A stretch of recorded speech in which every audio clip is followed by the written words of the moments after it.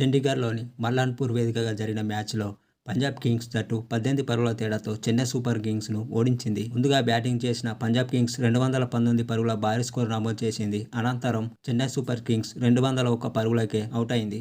అయితే ఈ విజయానంతరం పంజాబ్ కెప్టెన్ శ్రేయస్ అయ్యర్ ఈ విధంగా చెప్పుకొచ్చాడు. ఇది మా బ్యాటింగ్ టెంప్లేట్. గ్రౌండ్ ఏదైనా మా ఆట తీరు ఇలానే ఉంటుంది.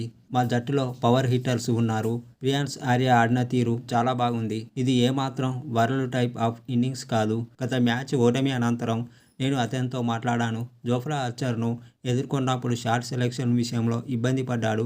ఈరోజు తన బలాలను నమ్ముకొని చెలరేగాడు. స్వేచ్ఛగా బ్యాటింగ్ చేశాడు. మా జట్టులోని ప్రతి ఆటగాడు ఇలానే స్వేచ్ఛగా ఆడాలని కోరుకుంటున్నా.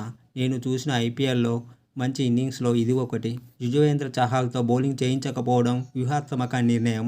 అప్పటికే శివన్ దుబే, డెవెన్ కాన్వే క్రీజులో సెట్ అయ్యారు. అలాంటి సమయంలో యజువేంద్ర చహల్తో బౌలింగ్ చేయిస్తే శివన్ దుబే ఎలా చెలరేగుతాడో మాకు బాగా తెలుసు. పేసర్లతో బౌలింగ్ చేయడం సరైనదని నాకు అనిపించింది. దుబే రాగానే పేసర్లతో బౌలింగ్ చేయించాలని ముందే అనుకున్నా. కానీ మేం కాస్త ఆలస్యం చేశాం. అయినా మా వ్యూహం ఫలించింది. మా ఫీల్డింగ్ గురించి మేము మాట్లాడుకుంటున్నాం. మేము మా మంచి ప్రదర్శన చేయలేదు. టోర్నీ ఆరంభంలో ఉన్నాం కాబట్టి ఆ భయం ఇంకా అలానే ఉంది అని శ్రేయస్ అయ్యర్ మ్యాచ్ అనంతరం చెప్పుకొచ్చాడు.